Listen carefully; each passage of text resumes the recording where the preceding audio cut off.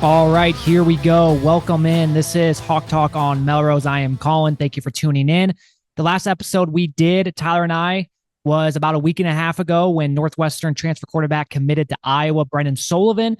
Between then and now, there really hasn't been much besides the wide receiver commit that we got also from Northwestern. Seems like we're taking the Northwestern Wildcats leftovers at this point, but we did get Jacob Gill, wide receiver, and that's going to be majority of this show because I really want to get into that and how beggars can't be choosers and how I see him fit in with us. So we're going to talk majority of that. We're also going to get into who is going to be the starting quarterback week one. And then last night we found out where Deacon Hill is going to, and I just have kind of my thoughts on that as well. So before we begin this episode, I do want to share where you can find us at. If you're watching this on YouTube, that is kind of our number one place or kind of number one source, but we're on a lot of different platforms, including Apple Podcasts. We are no longer on Google Podcasts, as Google Podcasts is not a thing anymore. It's transitioning to YouTube Music. And so I'm kind of in the process of getting that uploaded to YouTube Music. It's still not quite there yet, but at some point it will be. We're also on Spotify, iHeartRadio, Castbox, Anchor, and also on Amazon Music. So if you're on any of those platforms and you want to listen to us there, please drop a follow, subscribe to us, leave a review just to get our name out. Greatly appreciate that. I also do want to share our schedule that's going to be starting here in August. I know we're a ways out, but I really don't know how many more episodes we're going to probably do between now and then, probably a few more.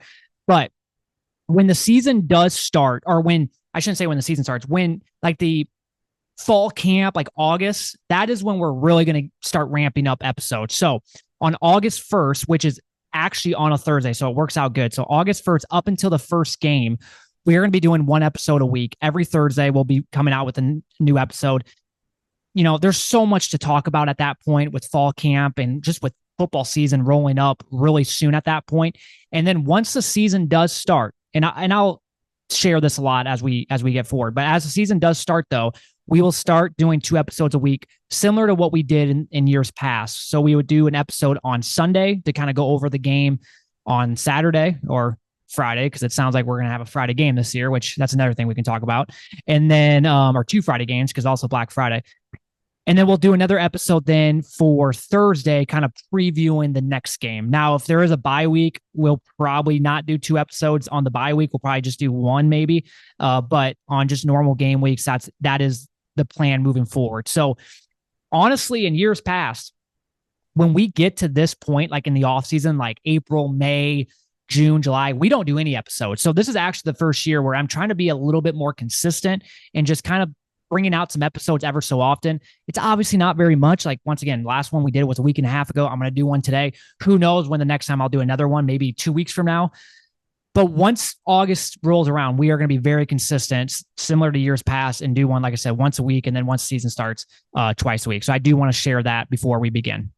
Before we get into Iowa football, though, I do want to talk a little bit about Lisa Bluder retiring, just my short 2 to 3 minute spiel on that. For me, it was very shocking at first, because usually when something big like that happens, you start hearing rumblings about it like 2-3 days maybe before it happens. And for us to just not know anything, and then at 3:30 on Monday afternoon on all the socials, it just comes out that she's retiring, just very shocking. And I was at the gym at the time and someone texted me and I literally thought they were joking, because it just, once again, I would have thought if she was going to retire, it was going to be right after the season. It just didn't really make much sense at the time. But as the days have gone on, it starts making more sense. I think for Lisa, she's been at Iowa for 24 years. She has done so many good things at Iowa. And you think about these last few years, just the greatness that has happened, that has transpired at Iowa, in Iowa City.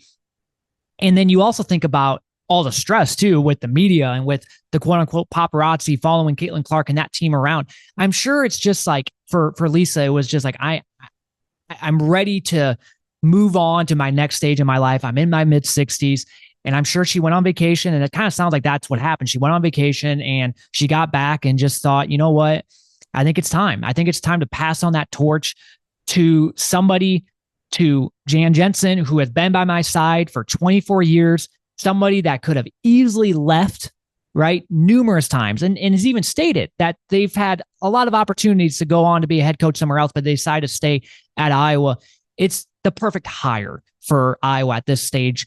Now, how do we know Jan's going to be a good coach, right? We don't know, but it's the perfect hire because you're going to keep somebody that just gets it, that's been in the program for, once again, 24 years. The style is going to be about the same. Now, she did joke at her press conference that there was a few things that she always got vetoed out by Lisa, like some sets and stuff like that. So she's like, I can finally now run those. So yeah, like I'm sure there's going to be some things different, but for the most part, it's going to look like Iowa women's basketball that's looked the last how many years. Now, obviously, it's going to be a little bit different without Caitlin Clark, but also with her too, she's a very, very good recruiter. And I think for Iowa, their main goal was, okay, with this happening, we got to make sure that we are keeping all the players that are going to be coming in, because right now the program is at a very healthy state and we have a really good recruiting class this year. We have Addie Deal coming in next year, 5-star. We got Lucy Olson coming in. We got to make sure we keep these girls to come to Iowa, right? And if we totally blow this up and go out and let's just say get that Oklahoma head coach that's from Iowa or get somebody else, well, then at that point your assistant coaches are kind of blown up and you have to, or they could stay, but like more than likely whoever you'd hire is going to bring their coaches with them. And at that point, then like, how do you know you're going to be able to keep some of these girls from coming to Iowa, right? And so it just makes sense to give Jan Jenson, who, like I said, has been in the program for 24 years. She now has the opportunity. I can understand where some people are like, well, she has no head coaching experience, but look at Michigan. Jim Harbaugh leaves. And what do? Instead of going out and getting someone, because they could have easily got somebody. They could have probably got an NFL head coach.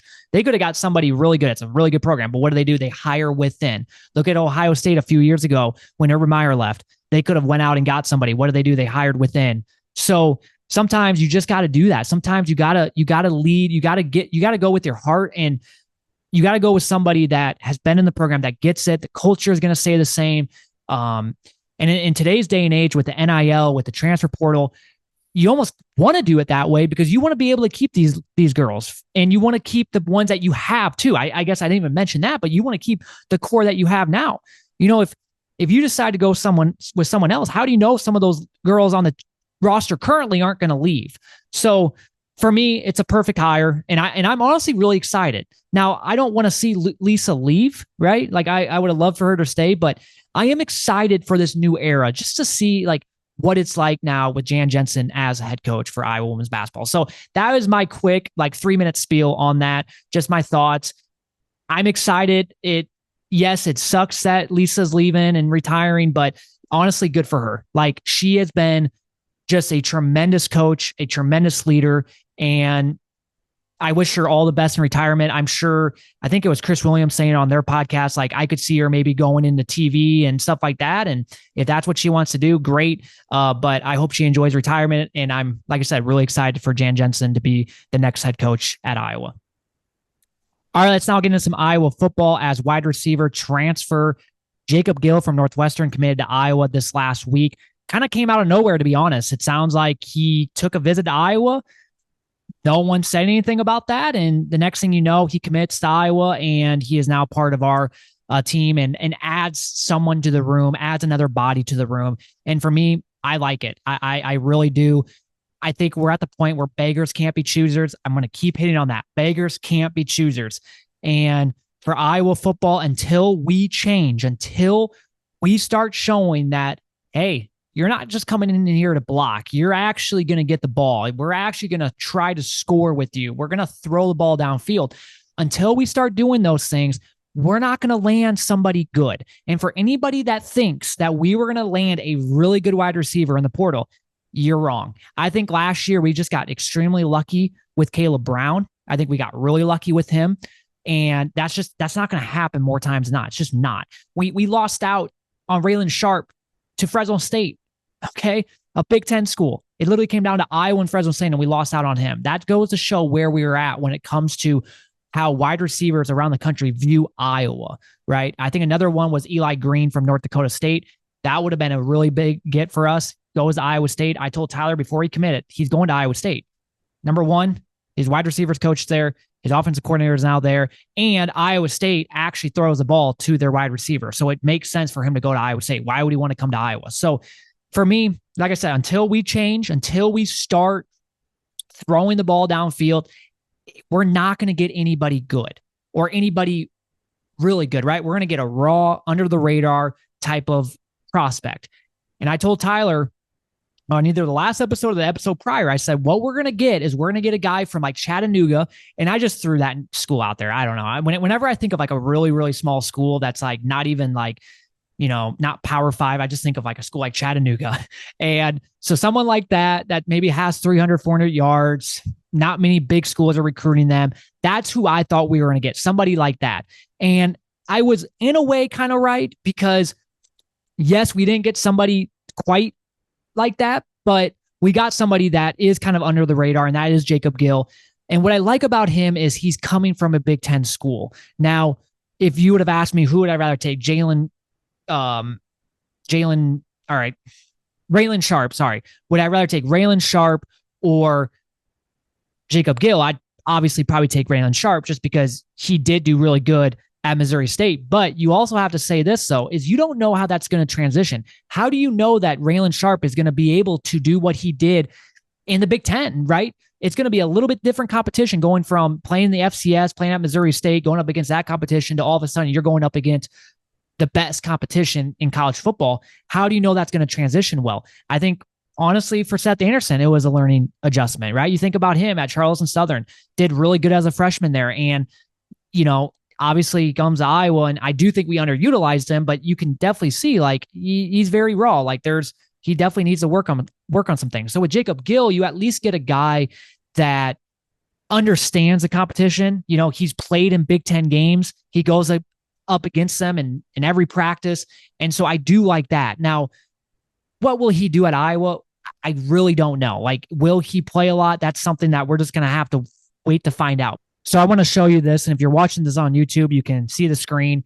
If not, I'll try to explain it the best I can. So going back to what I said a few minutes ago about how beggars can't be choosers, we're at the point where we need to take whoever we can get at this point. And at some point, hopefully show the world, show the country, show wide receivers out there that, hey, we are more than just a team that makes our receivers just run block, and we're actually going to throw you guys the ball.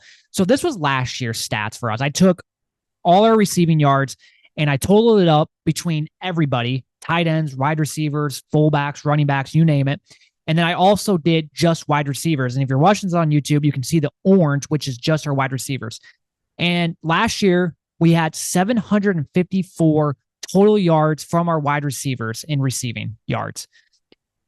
Not only that, I think this is honestly such a laughable stat, is that Eric All, who's a tight end, by the way, who also, by the way, got hurt middle of the season, led us in receiving yards last year at 299 yards.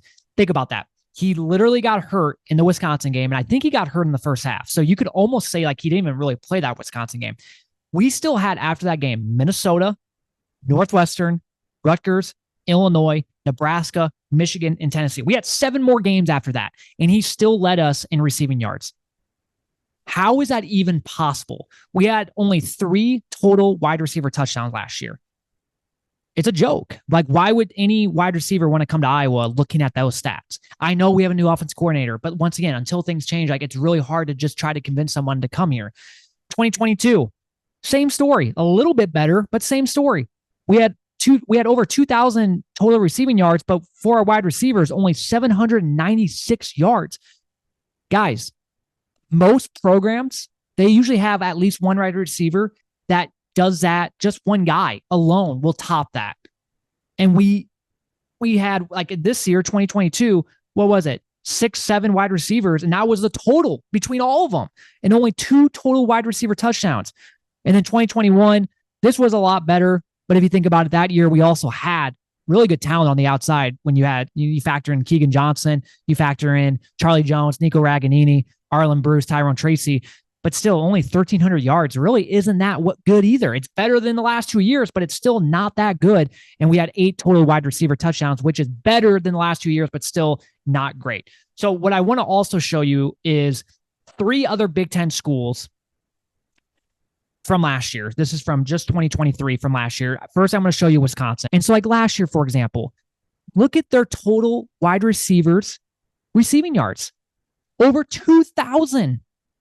And that is absolutely incredible. And they had 10 total wide receiver touchdowns. And we're talking Wisconsin here. Their leading receiver had more yards than all of our receivers combined last year, 2 years ago, and hell, almost 2021 at 837 yards. And then I'm going to go to Northwestern. And you think about it, we are a much better program than Northwestern. We have way more talent than Northwestern. Yet, our total receiving yards by their wide receivers was close to 2,000. And their number one receiver, Cam Johnson, had 715 yards, which is more than we had last year, or no, just under what we had last year and just under what we had 2 years ago. And they had 15 total receiving touchdowns last year from wide receivers. And then I'm going to show you Rutgers, a team that has been a laughingstock in the Big Ten. They had more total wide receiver receiving yards last year at a little over 1,400 yards. It's absolutely incredible. Now, you look at like their number one wide receiver had 468 yards, which is under what we had total, but that's more than what our leading wide receiver had. I think what was it? Nico Ragnini led the way with 255 total yards. So the reason why I bring this up is because I want to paint the picture that we have to respect, we have to just acknowledge where we are at. And we have to acknowledge that until things change, we're not going to get the best of the best. We're going to get guys like Jacob Gill, guys that, didn't put up great stats, didn't really play much, but that's where we are at. We just got to take who we can get. Once again, beggars can't be choosers. And for me, anyone that's like, well, we need to go out and we need to get somebody that is 6'2", 6'3", and I did say that too. I'm not going to say I wasn't one of them, because I was one of those where it's like we need to get like an X position wide receiver. And so for anybody mad that we got Jacob Gill, who is 5'11", 6 foot, I've seen it. Some sites have him at 6 foot, some have him at 5'11". So I'm just gonna say 5'11". A lot of people were like, oh, I mean, why do we not try to get somebody that, is a little bit taller that can be our X position? It feels like we already have enough slot type guys. But I will say this. If you look at some of the success that Tim Lester had at Western Michigan with some of the wide receivers there that he had, it kind of looks like he likes guys that are around that height. And I'm just going to name off a few. You obviously had D. Eskridge, who was a second-round draft pick to Seattle.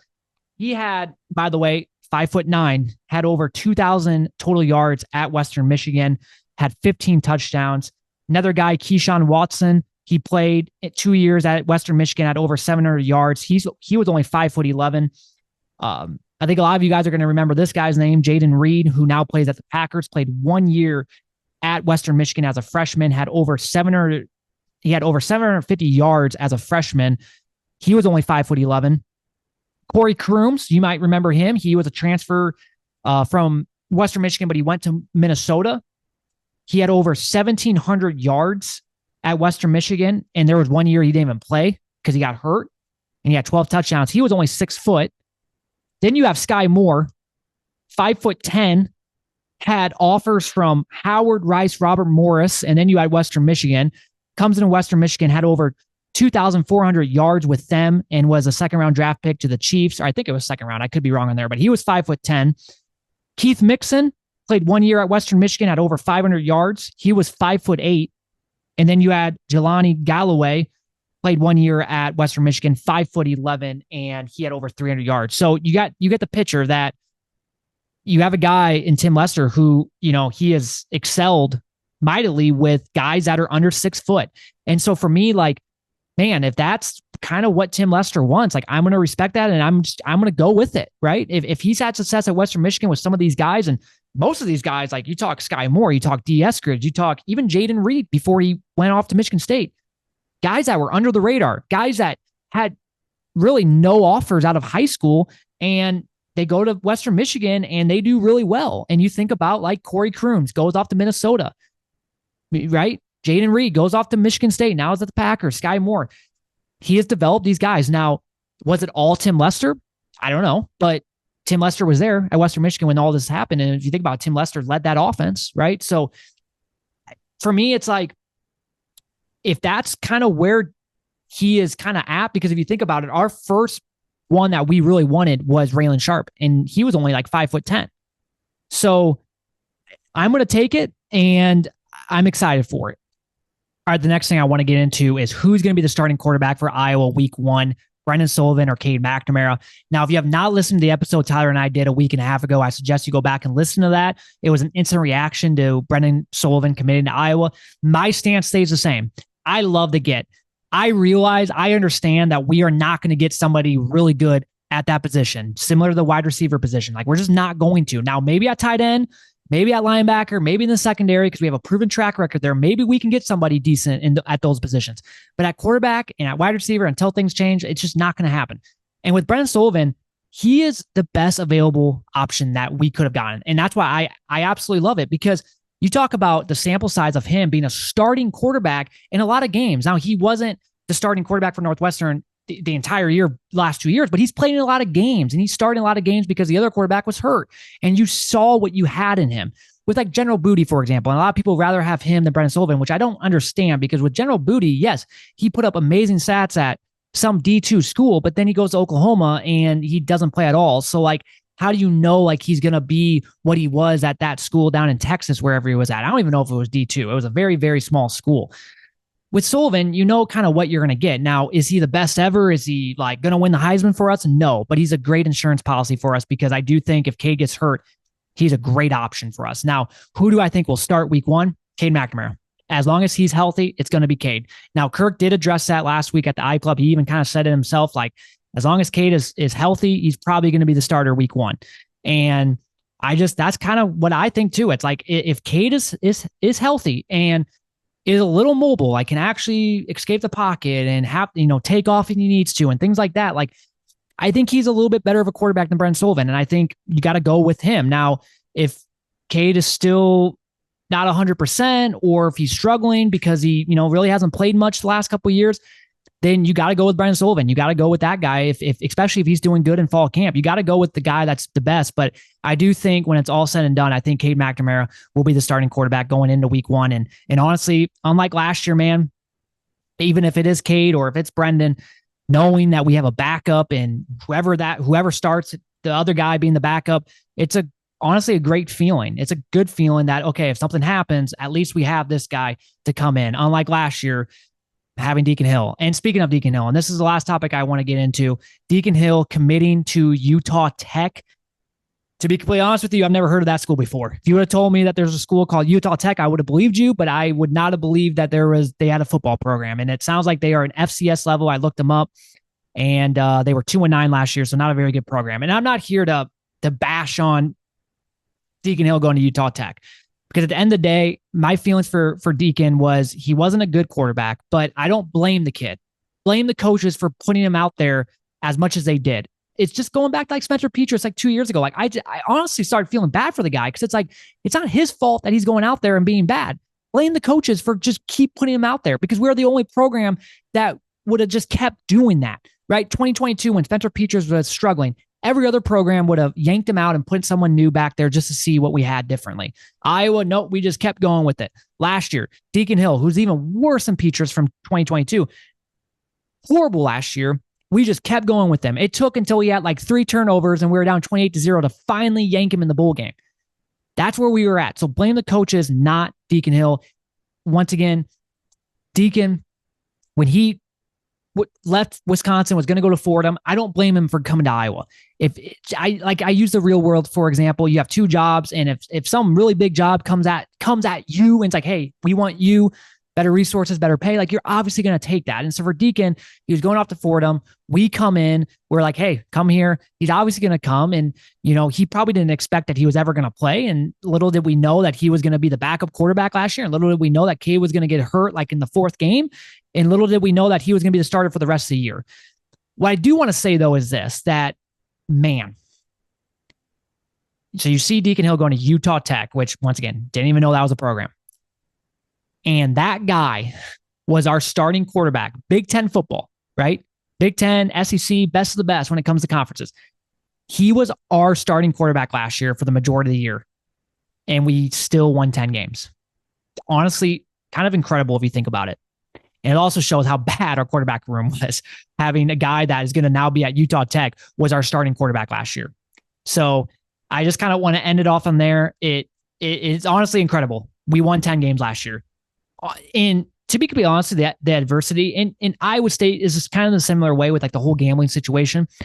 So like for us, like you talk like the gambling situation that was like ongoing throughout the entire offseason, kind of started like in May and it led up to the season and you didn't really know who was not going to play.